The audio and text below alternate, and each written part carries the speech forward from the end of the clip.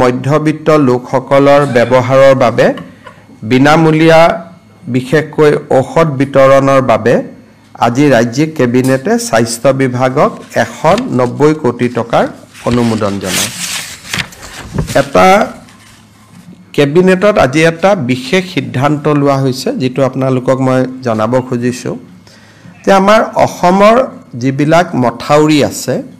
সেই মথাউৰি বিলাকৰ বহুত বিলাক এজিং অৰ্থাৎ বহুত সময় আগতে নিৰ্মাণ কৰা মথাউৰি আৰু বিভিন্ন সময়ত মথাউৰি বিলাকত আৰ্ট কাটিং হয় সৰু সৰুকৈ পানী নিগৰি থাকে আৰু সময়ত আমি গম নোপোৱা বাবে তৎক্ষণিক ব্যৱস্থা ল'ব নোৱাৰো আৰু এটা সময়ত মথাউৰি বিলাক ব্ৰিজ হৈ যায়। আজি কেবিনেটে এটা সিদ্ধান্ত লৈছে যে প্ৰতি 10-12 কিলোমিটাৰ মথাউৰিত আমি এটা যুৱ বাহিনী গঠন কৰিম 15 জন ডেকা ল'ৰা। এই 15 জন ডেকা ল'ৰাৰ কাম হ'ব যে এপ্ৰিল মাহৰ শেষৰ পৰা অক্টোবৰ পৰ্যন্ত তেওঁলোকে মথাউৰিসমূহ নিৰীক্ষণ কৰিব আৰু এই ডেকা ল'ৰা কেইজনক আমি এটা মথাউৰি কমিটি বুলি উল্লেখ কৰিছো যে এটা মথাউৰি কমিটিত 10 পৰা 15 জন ল'ৰা থাকিব যুৱক থাকিব 8 বা 12 কিলোমিটাৰ মথাউৰি তেওঁলোকে পৰ্যবেক্ষণ কৰিব স্থানীয় জলসম্পদ বিভাগৰ অভিযন্তাজনে নিৰীক্ষণ কৰিব আৰু এই ডেকা ল'ৰাখিনিক আমি গামবুটছ টৰ্চ লাইট ৰেইনকোট এইবিলাক সামগ্ৰী যোগান ধৰিম আৰু খৰটকীয়াকৈ কিবা এটা দেখিলে যাতে ফটক কৰি মেৰামতি কৰিব পাৰে তাৰ কাৰণে তেওঁলোকক আমি জিঅ' বেগ কোৰ বিভিন্ন যিবিলাক পৰ্কুপাইন যিবিলাক এমুনেশ্যন যিবিলাক ফ্লাড ফাইটিং মেটেৰিয়েলছ সেইবিলাক আমি দিম আৰু এই গোটেই ব্যৱস্থাটো স্বেচ্ছাসেৱক হ'ব স্বেচ্ছাসেৱী হ'ব অসমৰ বান নিয়ন্ত্ৰণৰ ক্ষেত্ৰত অসমৰ যুৱ শক্তিৰ আমি যাতে সহায় পাওঁ তাৰ কাৰণে এই বিশেষ আঁচনিটো লোৱা হৈছে আৰু যি কেইজন যুৱ বন্ধুৱে এই কামত আমাক সহযোগিতা কৰিব অক্টোবৰ মাহত মুখ্যমন্ত্ৰীৰ স্বাক্ষৰযুক্ত তেওঁলোকক একোখন কৃতজ্ঞতাৰ পত্ৰ বিতৰণ কৰা হ'ব। সো আকৌ এবাৰ কৈ দিছো যে 8 পৰা 12 কিলোমিটাৰ মথাউৰি চাবৰ কাৰণে 10 পৰা 15 জন যুৱকক লৈ এটা মথাউৰি কমিটি নিৰ্মাণ কৰা হ'ব। এই মথাউৰি কমিটিটো এপ্ৰিল মাহৰ পৰা অক্টোবৰ মাহলৈকে কাম কৰিব। মথাউৰি কমিটিৰ সদস্যসকলক আমি গামবুটছ টৰ্চ লাইট ৰেইনকোটছ এই ধৰণৰ সামগ্ৰীসমূহ যোগান ধৰিম আৰু ফ্লাড ফাইটিং কিছু জিঅ' বেগছ কোৰ পাৰ্কুপাইন এই ধৰণৰ যিবিলাক আমাৰ আমি তৎকালে মথাউৰিটো বচাব পাৰো যেতিয়ালৈকে ডিপাৰ্টমেণ্টৰ সুবিধা আহি নপৰে এই সামগ্ৰীবিলাকো আমি তেখেতসকলক দিম আৰু শেষত আমি গৈ অক্টোবৰ মাহত যেতিয়া আমি বানপানী সেশন কমপ্লিট হৈ যাব তেওঁলোকক আমি একোখন কৃতজ্ঞতা পত্ৰ দিম আৰু প্ৰয়োজন অনুসৰি স্থানীয় বিধায়কসকলে তেওঁলোকক ৰাজহুৱাভাৱে সম্বৰ্ধনাও জনাব পাৰিব। অসমৰ বান নিয়ন্ত্ৰণ বিভাগত মই ভাবো যে ই আমাক বহুত সহায় কৰিব কাৰণ অকণমান খবৰ পালেই আমি একোটা ডাঙৰ বিপদৰ পৰা বাচিব পাৰো। খবৰ নোপোৱা কাৰণে যোৱাবাৰে বোকাখাটত মথাউৰি এটা ভাঙিছিলে কি বংকুৱাল যদি কোনোবাই যদি দুদিন আগত আমাক খবৰ দিলেহেঁতেন মথাউৰিটো নাভাঙিলেহেঁতেন। গতিকে সেই ধৰণৰ এইটো এটা ভাল পদক্ষেপ অসম পুলিচক যেনেকে ভিডিপিয়ে যথেষ্ট সহায় কৰে গাঁওৰক্ষী বাহিনীয়ে যেনেকে সহায় কৰে তাৰ অনুৰূপ এটা শক্তি এটা লাহে লাহে আমি নিৰ্মাণ কৰিম। শেষলৈ গৈ মথাউৰি কমিটি বিলাকক আমি ৰেজিষ্ট্ৰেচনো কৰি দিম তেনেকে শক্তিশালী কৰি আমি গৈ থাকিম। এইবাৰ প্ৰথম বছৰ ইয়াক আমি হাতত লৈছো। আমাৰ গুৱাহাটীত ফ্ৰেঞ্চ গভৰ্ণমেণ্ট আৰু ভাৰত চৰকাৰৰ আৰ্থিক সাহায্যত আমি এটা Assam climate centre for cities বুলি এটা আমি অনুষ্ঠান গঢ়িম।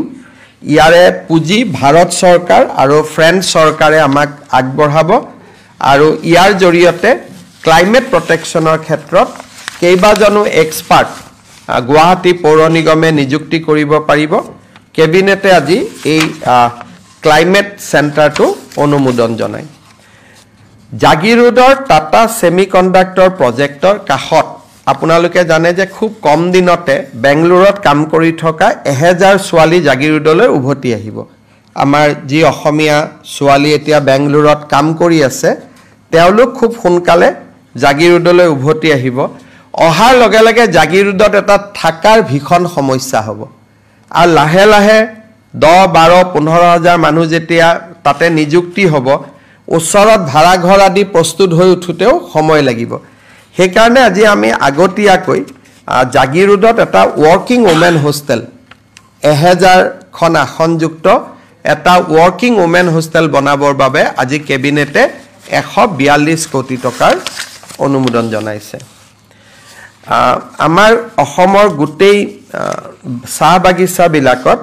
আমি মহাপ্ৰভু জগন্নাথ কমিউনিটি হল বনাই আছো 500 খন চাহ বাগিচা আজি তাৰ এখন মেনেজিং কমিটি কেবিনেটে নিৰ্মাণ কৰে স্থানীয় বিধায়কক অধ্যক্ষ হিচাপে লৈ তাকো কেবিনেটে অনুমোদন জনায়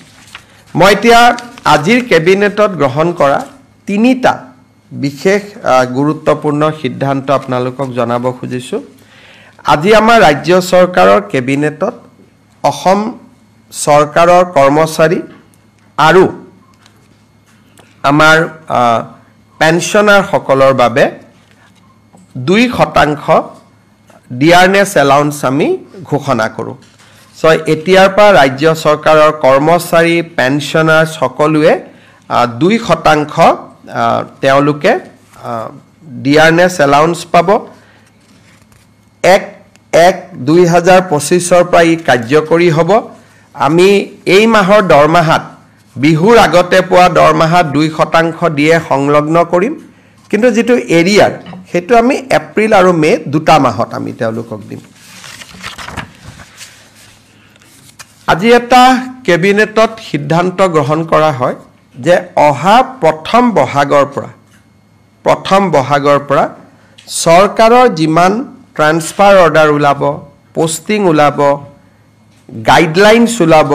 ৰুলছ উলাব ৰেগুলেশ্যন উলাব নটিফিকেশ্যন উলাব অফিস মেমৰেন্ডাম উলাব এই গুটেই বিলাকতে ইংৰাজীৰ লগতে অসমীয়াও ইয়াত সংলগ্ন কৰিব লাগিব তাৰমানে দুখন নটিফিকেশ্যন উলাব এখন ইংলিশ এখন অসমীয়া কেছ হলে লিগেল প্ৰবলেম হলে হি ইংলিশখন মান্য হ'ব কাৰণ লিগেল ল্যাঙ্গুৱেজৰ কাৰণে ইংলিশখন কিন্তু অসমত 1 বহাগৰ পৰা আমি এটো সিদ্ধান্ত লৈছো যে যিমান সৰকাৰি অৰ্ডাৰ হয় অফিস মেমৰেন্ডাম হয় ৰুলছ হয় ৰেগুলেশ্যন হয় বিধানসভাৰ আইন হয় যিমান বিলাক সৰকাৰি কমিউনিকেশ্যন তাত ইংৰাজী লগতে এখন অসমীয়া প্ৰতিলিপিও সন্নিবিষ্ট কৰিব লাগিব ইংৰাজীখন থাকিব ইংৰাজী লগত অসমীয়া এটা কপি থাকিব বৰাক উপত্যকাত বেংগলী থাকিব বিটিআৰত বড়ো থাকিব অতিৰিক্তকৈ অৰ্থাৎ বৰাক উপত্যকাত বঙালী থাকিব বিটিএডিত বড়ো থাকিব আৰু সমগ্ৰ অসমতে ইংৰাজী আৰু অসমীয়া এই ব্যৱস্থাটো আজি কৰা হৈছে আৰু সদৌ অসম ছাত্ৰ সন্থাৰ লগত আমাৰ আলোচনা হৈছিল জাষ্টিস বিকে শৰ্মা কমিটিৰ এটো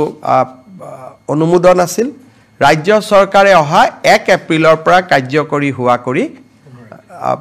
15 এপ্ৰিল 1 বহাগৰ পৰা কাৰ্যকৰী হোৱাকৈ ইয়াক ৰূপায়ণ কৰাৰ বাবে নিৰ্দেশ দিছে আমি সৰকাৰি অফিচাৰ সকলক কৈছো যে প্ৰথম অৱস্থাত ভাসিনী বুলি এটা এপ আছে যত অসমীয়া বড়ো বেংগলী তিনিটা ভাষাই উপলব্ধ হয় তাক ব্যৱহাৰ কৰক আৰু লাহে লাহে তেওঁলোকে নিজাকৈ লিখিব পৰা হৈ যাব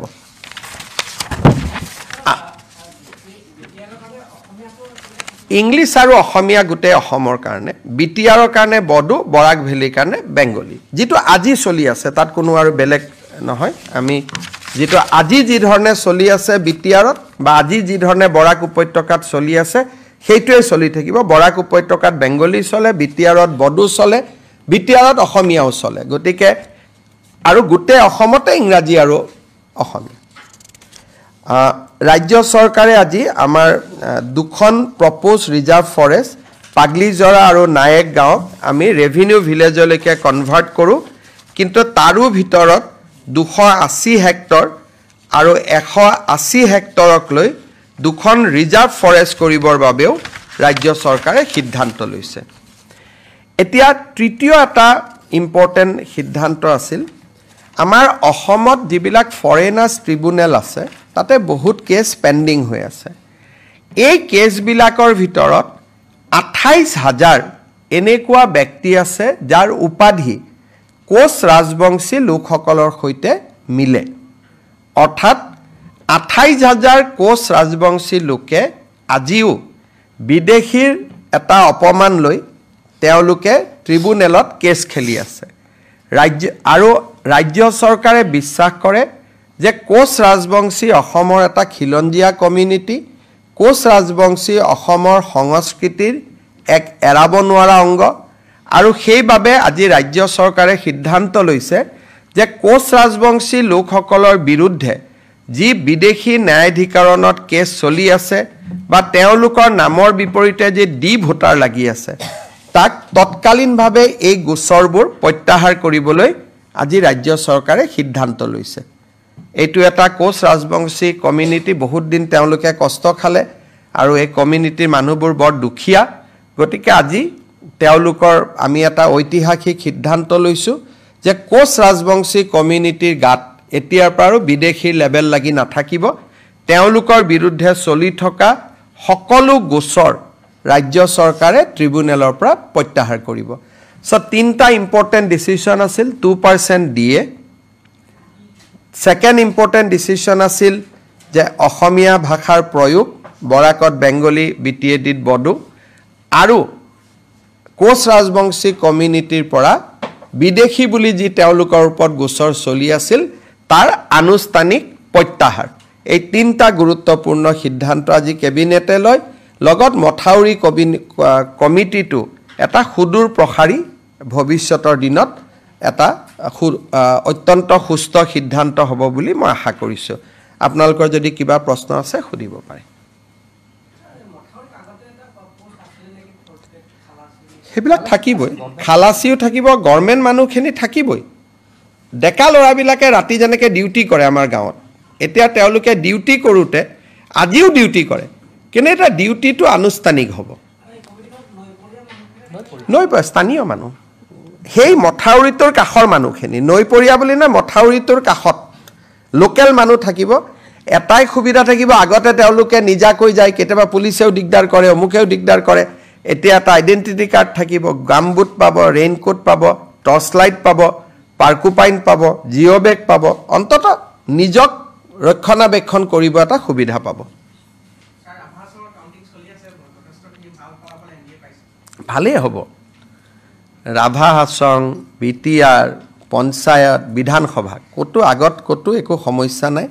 ইমান কাম হৈ আছে ৰাইজে আৰু এইটো লৈ মই প্ৰথম দিনৰ পৰাই কৈ আছোঁ যে আমি নিৰ্বাচনক লৈ চিন্তা কৰা নাই সেইকাৰণে প্ৰতিটো দিনে আপোনালোকে চিন্তা কৰক এই কোচ ৰাজবংশী মানুহখিনি আজি ইমান দিন বিপদত পৰি আছিল তেওঁলোকৰ কাৰণেতো কোনেও চিন্তা কৰা নাছিল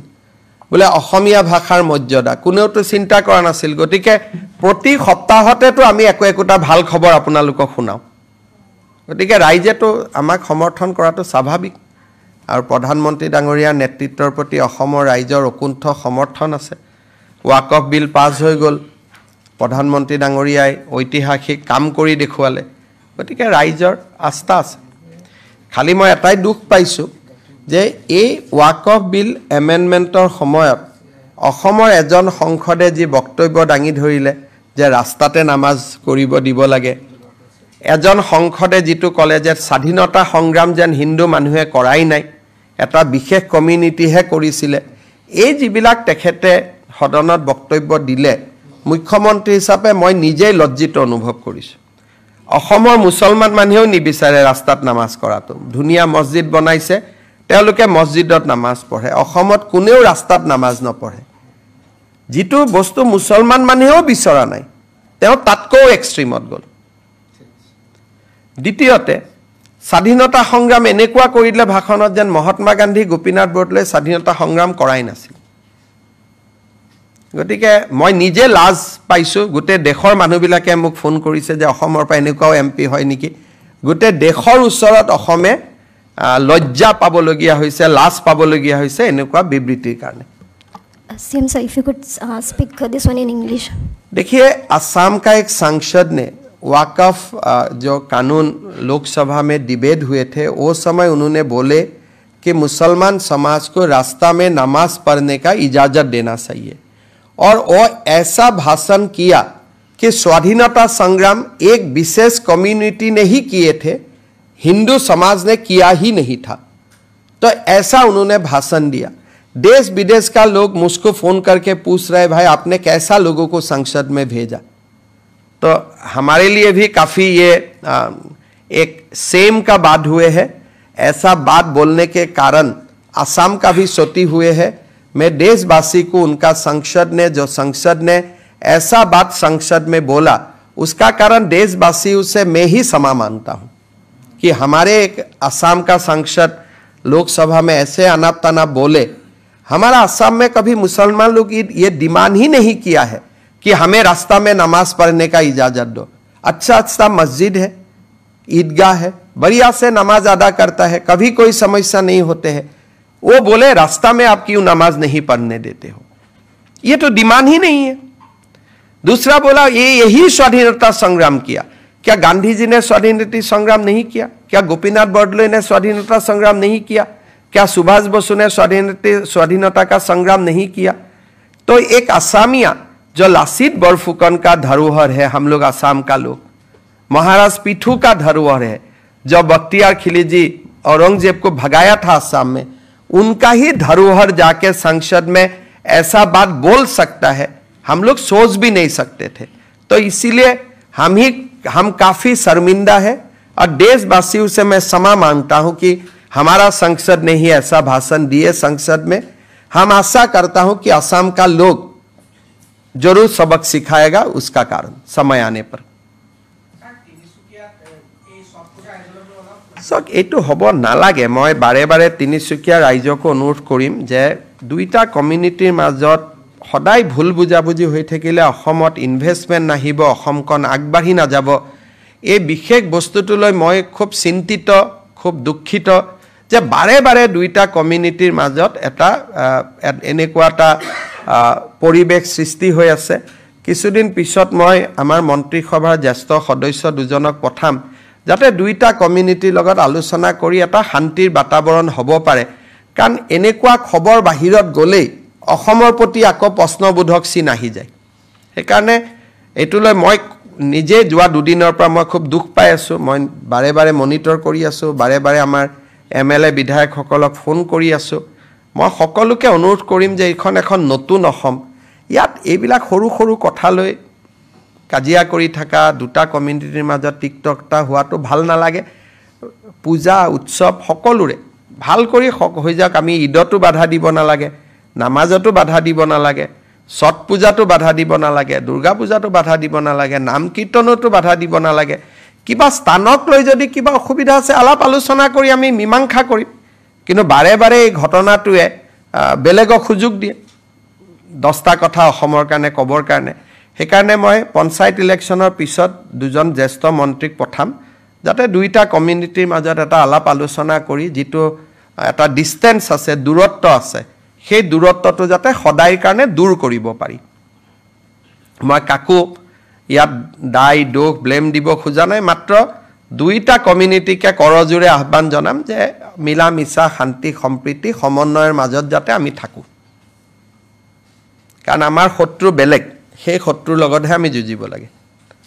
হব ধন্যবাদ CM sir, regarding the embankment community whatever you have mentioned can you just क्या the embankment community what you have mentioned हमारा असम में हर साल बाढ़ आते हैं हमें आज कैबिनेट में एक निर्णय लिया हूं कि हर बाढ़ का जो बाढ़ को प्रतिरोध करने के लिए हम लोग जो एम्बैंकमेंट बनाता हूं ये एम्बैंकमेंट ना टूटे या टूटने का संभावना होने से सरकार को पहले ही खबर पहुंचा दे इसके लिए हम 10-15 युवा लेके एक एम्बैकमेंट कमिटी बनाऊंगा और वही कमिटी देख देखाव करेगा और तुरंत कुछ व्यवस्था लेने के लिए अगर कुछ सामग्री चाहिए वो भी उनका साथ हम लोग उपलब्ध करवाऊंगा। और जब तक थोड़ा सा क्राइसिस मिट जाएगा सरकार से रीइंफोर्समेंट भी संभव हो पाएगा। तो ये एम्बैकमेंट कमिटी एक बड़ा एक अच्छा इफेक्टिव सिस्टम बन जाएगा और उससे हमारा काफ़ी फायदा होगा। Thank you.